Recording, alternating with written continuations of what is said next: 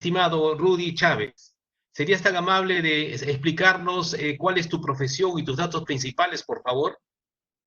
Claro, cómo no, Rubén. Bueno, me presento, yo soy Rudy Chávez, soy politólogo de profesión, tengo pues, estudios de posgrado en políticas públicas, planeamiento estratégico del sector público, proyectos de inversión pública, en gestión pública y en estadística aplicada a la investigación social. Tengo experiencia pues en prensa escrita, he sido periodista empírico durante un muy buen tiempo, pero ya con el devenir de mi profesión me he dedicado ya a lo que es el tema de eh, diseño y aplicación de encuestas y sondeos de opinión, análisis de medios de comunicación, análisis sociopolíticos, elaboración de diagnósticos, estudios de línea de base y ahora de un tiempo a esta parte para el sector extractivo el diseño y monitoreo y evaluación de programas y proyectos de cooperación para el desarrollo. Muchas gracias, Rudy. Entonces, fíjate, el tema que vamos a hablar el día de hoy es un tema que a ti te apasiona porque yo he hecho seguimiento de tus escritos y el tema que vamos a ver entonces es la problemática del agua y el saneamiento. Entonces, mi primera pregunta sería, Rudy, por favor, ¿cómo tú caracterizas la problemática del agua y saneamiento como impacto a la sociedad? Sumamente importante, Rubén, por varias razones en realidad. La primera de ellas es evidentemente que en la universalización del acceso a los servicios básicos de agua y saneamiento tienen un impacto positivo en cuanto a la salud pública se refiere. Ese es uno. Dos, tienen también un impacto positivo porque impulsan también o influyen de alguna manera en el crecimiento económico. Y tres, porque también tienen un impacto positivo en el desarrollo de una sociedad. Para mí, el acceso a servicios básicos de agua y saneamiento tiene principalmente esos tres impactos positivos, o sea, en salud pública, en materia de crecimiento económico y en desarrollo de un país. Ok, conforme. Rudy, mira, en función a lo que tú acabas de decir y tomando en cuenta el escenario en el cual nos encontramos con una pandemia del coronavirus, donde nos dicen a nosotros, la población y la estrategia que está utilizando el gobierno, de que hay que lavarse permanentemente el agua. Entonces la pregunta es, ¿qué pasa entonces con las poblaciones que no tienen acceso a agua ni al saneamiento? Bueno, estas poblaciones que no tienen acceso al agua y al saneamiento inmediatamente se convierten en poblaciones vulnerables, porque efectivamente, tal como lo ha declarado la OMS y las autoridades del sector salud aquí en el Perú, uno de los medios para poder mitigar el riesgo de contagio y propagación del COVID-19 es precisamente lavarse las manos, por lo menos durante un minuto, o 30 segundos, un minuto, con gel, ¿no? Entonces, este acceso a este servicio del agua potable, solamente para hablarte de Lima nada más, estamos hablando de por lo menos 1 millón de personas que no tienen acceso al agua y ya ni qué decir del desagüe, sobre todo gente que está ubicada en la zona periurbana de Lima, es decir, en el cinturón que rodea a la zona urbana de Lima, es decir, a la gente que vive en los arenales, a la gente que vive en los cerros, que es precisamente también la gente que concentra o la población que concentra la mayor cantidad de niños menores de 5 años con mayores índices de anemia y desnutrición crónica infantil y también de enfermedades diarreicas. Todas estas afecciones, Rubén, son causadas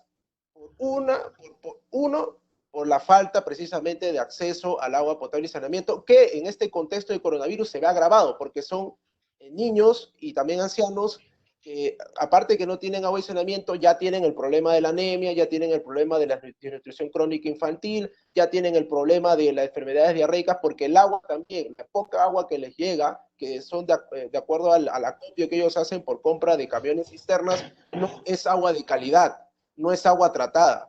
Entonces, esta agua de mala calidad hace que ellos también incidan y desarrollen infecciones diarreicas, ¿no? Enfermedades estomacales. Ok, entonces ahora la pregunta sería, Rudy, ese es ya el problema en particular. La pregunta, pero ¿cuáles serían las causas de esa falta del acceso universal al agua y saneamiento según tu punto de vista? Eh, o sea, aquí hay tres actores que nosotros debemos considerar, ¿no? Por deformación laboral, es cierto, soy politólogo de profesión y me he formado desde las aulas y también en los cursos de posgrado que he seguido en el tema de análisis de políticas públicas, planificación y proyectos, pero también por el tema de responsabilidad social, uno está obligado a hacer un análisis del entorno de los stakeholders, es Así decir, es. Estado, empresa y sociedad civil. Vamos a analizar primero el Estado, porque es importante, porque estos tres actores son muy importantes para el tema de acceso a agua y saneamiento. El tema del Estado.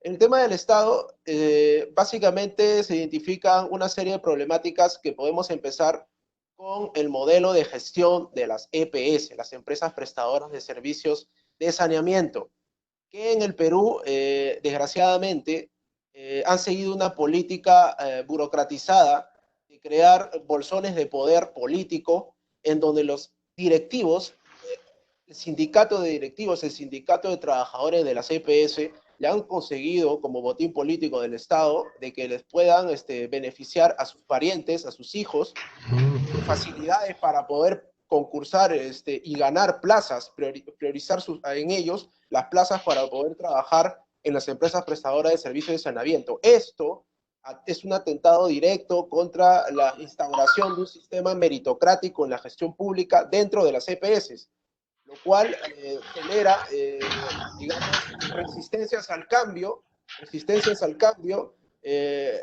impide la entrada de personal verdaderamente cualificado para poder desempeñar estas funciones y de esta manera poder brindar, universalizar el acceso al agua y saneamiento en todo el Perú.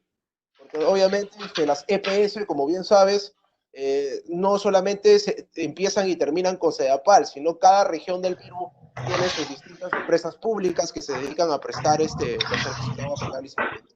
Excelente, Rudy. Entonces, Entonces, fíjate, sí, termina, por favor, termina. claro, sí, ese es el tema, ese es el tema del deficiente modelo de gestión, tanto en la zona urbana como en la zona rural, porque la zona rural tiene su modelo de gestión, como sabes, las HAS, las juntas administradoras de usuarios de agua, que generalmente usan el agua para regar sus cultivos, y aquí viene, o sea, de este problema de las EPS y de las empresas municipales de gestión de agua como las HAS, que están en las zonas rurales, se desprende lo segundo problema, que es el tema de que aquí en el Perú hay altos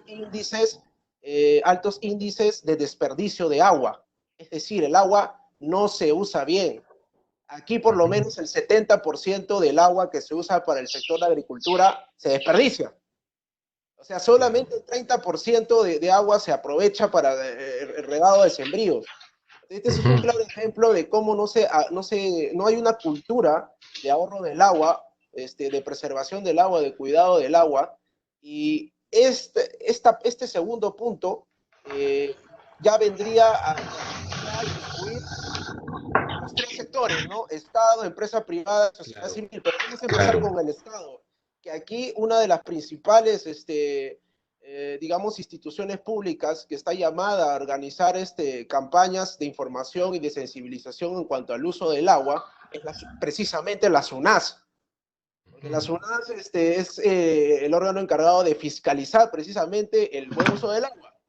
Porque Claro, las EPS se encargan de brindar el servicio, pero la SUNAS tarifa y también en una de sus funciones es hacer la correcta sensibilización entre la por población supuesto. y el correcto uso del agua, ¿no? Así Ese es el es. segundo punto, ¿no? Vamos EPS, vamos desperdicio de agua. Otro punto a tratar es el tema de la ejecución de inversiones. Ese es otro drama.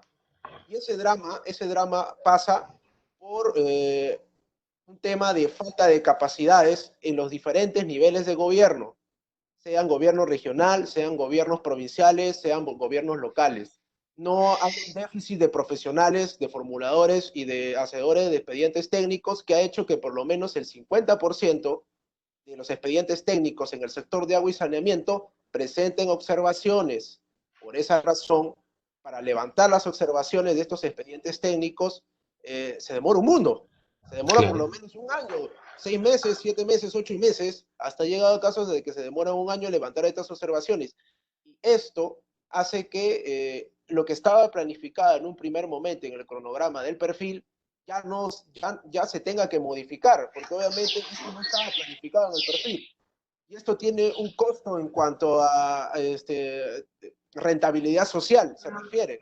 Porque mientras más tú te demores en poder proveer de servicios de agua y saneamiento a la población, porque estás demorando en levantar las observaciones del expediente técnico y por lo tanto demoras la ejecución de los proyectos de inversión pública en ese sector, lo que generas es que la gente viva mucho más tiempo sin acceso a estos servicios y por lo tanto esté más vulnerable o más propensa a contraer Ok. enfermedades como las que te mencioné hace un momento, ¿no?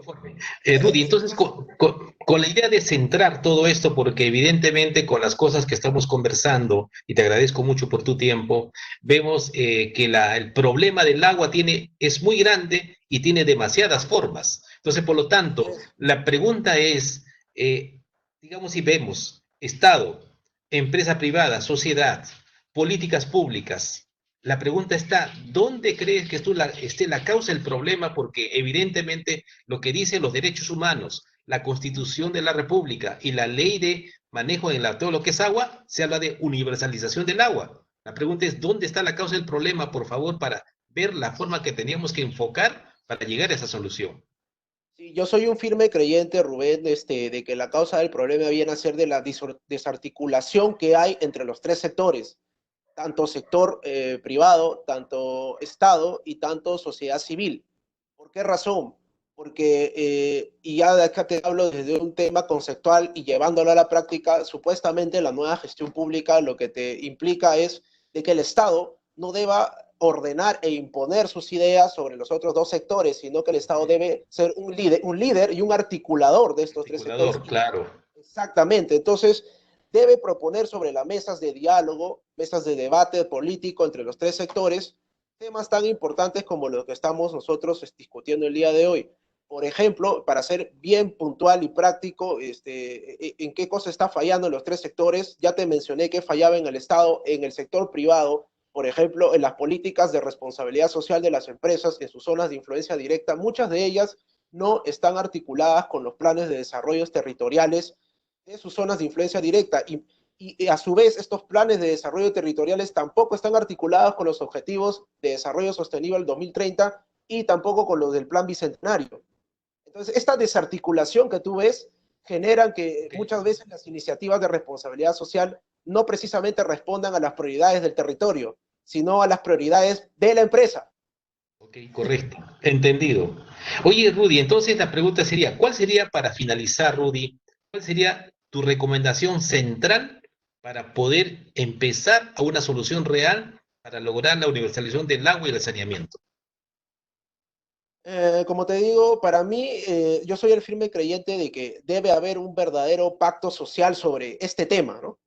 En el que se integre los tres actores, como te digo, siempre incido en los tres actores, Estado, empresa privada y sociedad civil. También nos olvidamos que nosotros como sociedad civil tenemos una responsabilidad muy Responsabilidad, grande claro. en cuanto al uso del agua, porque acá también, en cuanto a la sociedad civil, estamos hablando de desperdicio de agua, estamos hablando de conexiones clandestinas, que aquí en el Perú hay por doquier, estamos hablando de gente que no paga el servicio de agua, y acá el servicio de Claro. agua en el Perú, o sea, la gente desperdicia el agua, y las tarifas que nosotros pagamos al Estado o a nuestras EPS son bajísimas. El Estado Claro. subsidia demasiado y nosotros los peruanos no sabemos nosotros aprovechar el agua. Entonces, en este escenario que yo te planteo, debe ser un trabajo articulado entre estos tres sectores, ¿no?